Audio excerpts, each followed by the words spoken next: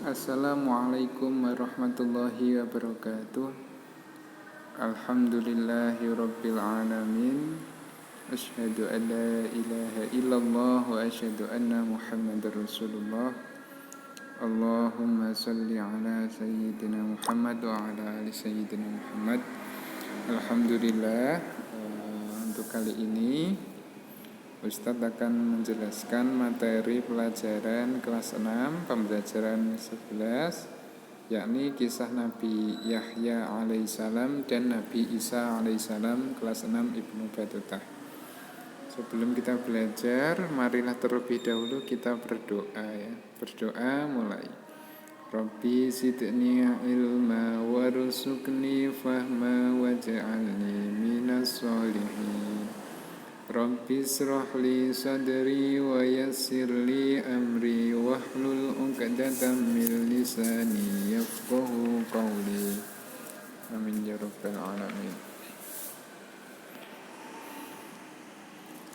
Kisah Nabi Yahya alaihissalam.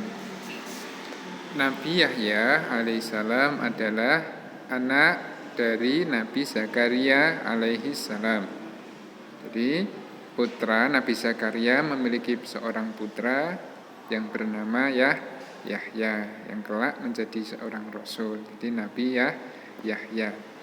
Nabi Yahya, beliau terkenal ya, seorang yang bertakwa. Beliau seorang yang cerdik, pandai, berpikir tajam sejak beliau berusia muda. Dan juga Nabi Yahya berbakti kepada kedua orang tuanya. Itu Nabi Yahya. Jadi kita teman-teman meneladani kisah Nabi Yahya, yaitu bagaimana salah satunya adalah berbakti kepada kedua orang tua ya. Belajar bertakwa juga kepada Allah Subhanahu wa ta'ala. Nabi Yahya alaihissalam ini terkenal sebagai seorang nabi yang teguh pendirian dalam berdakwah ya. Contohnya Nabi Yahya alaihissalam tetap menyampaikan larangan Allah Subhanahu wa ta'ala kepada Raja Herodus yang ingin mengawini anak tirinya yang bernama Herodia. Jadi Allah Subhanahu wa ta'ala melarang seorang ayah mengawini anak tirinya. Nah, itu larangan Allah. Nabi Yahya menyampaikan larangan tersebut kepada Raja Herodus dan tidak memperdulikan ancaman raja. Demi apa? Menegakkan kebenaran dan melawan kebatilan.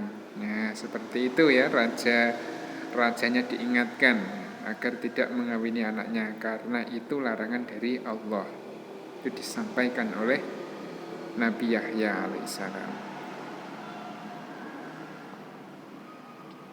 Ketika berusia 34 tahun, Allah Subhanahu wa ta'ala mengangkat Yahya menjadi seorang rasul ya.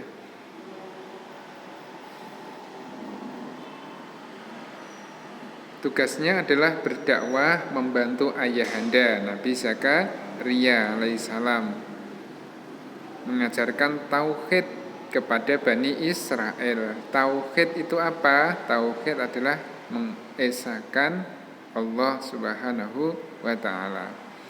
Dan bangsa Israel pada waktu itu mengalami penjajahan oleh bangsa Romawi. Raja yang berkuasa yaitu Herodes ini seorang raja yang otoriter ya. Otoriter, bengis dan kejam. Otoriter itu sifatnya egois ya. Bengis dan kejam. Bahkan siapapun yang tidak mengikuti kemauannya akan dihukum berat sampai hukuman mati. Nah, saking otoriternya, saking kejamnya, barang siapa yang tidak ikut perintah raja ya udah dibunuh. Masya Allah ya, kezaliman yang sangat besar, membunuh. beliau Nabi Yahya alaihissalam bersama ayahnya mengingatkan kepada kaumnya, yaitu Bani Israel dan juga para pemimpin Bani Israel, kepada ajaran Taurat dan Zabur. Ini pegangannya dikembalikan ke kitab Taurat dan Zabur pada waktu itu ya. Ini salah satunya kepada kaumnya yang melakukan dosa, diperintahkannya untuk segera taubat. Taubat yang mereka lakukan yaitu dengan cara dimandikan di sungai Yordan atau dibaptis, mohon maaf, dibaptis.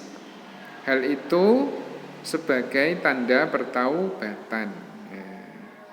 Kalau kita disuruh istighfar, melakukan kebaikan dan lain-lain ya.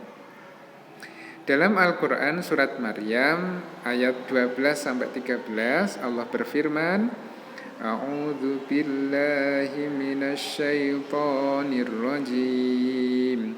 Bismillahirrahmanirrahim. Ya Yahya khudil kitaba biquwwah wa atainahul hukma sabiyya wa hananan min ladunna wa zakah wa kana taqiyya. Ya Yahya, wahai Yahya, ini seruan ya. Wahai Yahya atau hai Yahya, khudil kitaba biquwwah. Ambillah kitab itu dengan sungguh-sungguh atau pelajarilah kitab itu dengan sungguh-sungguh. Wa atainahul hukma sabiyya, dan kami berikan kepadanya hikmah selagi ia masih kanak-kanak. Wa hananan min ladunna wa zakah wa kana taqiyya, dan rasa belas kasihan yang mendalam dari sisi kami dan kesucian, dan ia adalah seorang yang bertakwa. Nah, ini firman Allah, Quran surat Maryam. Jadi Nabi Yahya itu disuruh untuk mendalami kitab ya, khudil kitaba biquwwah, dengan sungguh-sungguh, yang nantinya disampaikan kepada umatnya. Nah, keteladanan Nabi Yahya ya. Nah, ini salah satunya ya, sikap tegas ya, sikap yang tegas untuk mengatakan yang benar. Jadi tadi Nabi Yahya itu mengatakan kepada Raja Herodes untuk tidak mengawini anak tirinya ya, atau putri tirinya. Itu disampaikan dengan tegas. Berani memberantas kemungkaran. Jadi kemungkaran ini adalah suatu perbuatan yang melanggar ajaran agama. Seperti apa? Seperti tidak beribadah, memusuhi saudaranya, tetangganya, menyembah berhala, mabuk-mabukan, itu kemungkaran. Pada waktu itu Bani Israel yang menyembah berhala dan meninggalkan ajaran Taurat dan Zabur. Dan hal itu merupakan kemungkaran. Jadi Nabi Yahya ini memberantas kemungkaran, mengajak umatnya atau kaumnya untuk beribadah kepada Allah, tobat lagi ya, diajak kembali kepada Allah. Tidak takut kepada ancaman ya. Keberanian Nabi Yahya ini juga disertai tidak takut pada ancaman. Nabi Yahya takut hanya kepada Allah Subhanahu wa taala dan tidak takut kepada yang lainnya atau kepada sesama manusia. Jadi takutnya itu kepada Allah. Nah, selanjutnya Nabi Isa alaihissalam. Nabi Isa alaihissalam lahir dari seorang ibu yang bernama Maryam binti Imron. Nah, sejak kecil Maryam ini diasuh oleh pamannya, yakni Nabi Zakaria alaihissalam. Kemudian setelah dewasa beliau mengabdikan diri di Baitul Maqdis, tempat ibadah di Yerusalem, Palestina. Jadi Nabi Isa itu ibundanya bernama Maryam. Maryam ini keponakannya Nabi Zakaria. Maryam sejak usia kecil diasuh Nabi Zakaria, kemudian mengabdikan diri di Baitul Maqdis ya. Setiap hari bermunajat kepada Allah Subhanahu wa taala ya, di mihrab ya, mihrab Yerusalem Palestina. Nah, suatu ketika ini Maryam ini kedatangan malaikat ya, yang menyerupai sosok laki-laki. Kemudian mengatakan kepadanya bahwa ia akan hamil dan akan melahirkan seorang anak laki-laki dan kelak menjadi seorang rasul. Mendengar berita tersebut ya, didatangi laki-laki, yaitu adalah serupaan malaikat, kaget. Saya tidak punya suami kok bisa hamil. Nah, di dalam benak hati seperti itu. Kemudian dijawab oleh malaikat, kalau Allah sudah menghendaki, tinggal berkata kun fayakun, jadi maka jadilah. Seperti itu ya dialognya. Kemudian benar, tidak lama kemudian beliau itu hamil. Ketika hamil ya banyak cibiran. Nah, ini kamu dari gunjingan dari masyarakat itu banyak. Kemudian beliau mengasingkan diri di suatu dusun yang bernama Bernama An-Nasiroh. Kemudian melahirkan Nabi Isa alaihissalam di bawah pohon kurma yang diberkati Allah. Tempat kelahirannya Nabi Isa disebut Baitul Lahmi dan dikenal dengan nama Bethlehem. Nah, seperti itu ya, kelahiran Nabi Isa itu mukjizat. Sepisal Nabi Adam alaihissalam tanpa suami kalau Maryam. Dalam Al-Quran Nabi Isa disebut Isa bin Maryam atau Isa Al-Masih ya. Beliau pada usia 30 tahun diangkat menjadi Rasul. Diangkat jadi Nabi dan Rasul. Berdakwah pada Bani Israel ya, di Palestina dan diberi kitab Injil untuk pedoman umatnya. Kemudian dakwahnya itu tidak disukai oleh raja ya, Raja Romawi. Dianggap berbahaya bagi kerajaan. Kemudian raja mengutus salah satu pengawalnya untuk menangkap Nabi Isa. Ya, salah satu pengikutnya ya itu berkhianat yang bernama Yudas. Berkhianat yaitu membocorkan rahasia persembunyian Nabi Isa. Akhirnya dibocorkan, tahu dah. Kemudian Nabi Isa dikejar-kejar dan tetap Allah melindungi Nabi Isa. Di suatu ketika langsung Allah mengangkat Nabi Isa ke langit ya. Dan yang ditangkap adalah yang diserupakan wajahnya oleh Allah, diserupakan wajahnya Nabi Isa. Itu yang ditangkap oleh pengawalnya tadi. Firman Allah tentang pengangkatan Nabi Isa alaihissalam ke langit, Quran surat An-Nisa ayat 157 dan 158. A'udzubillahi minasyaitonirrajim.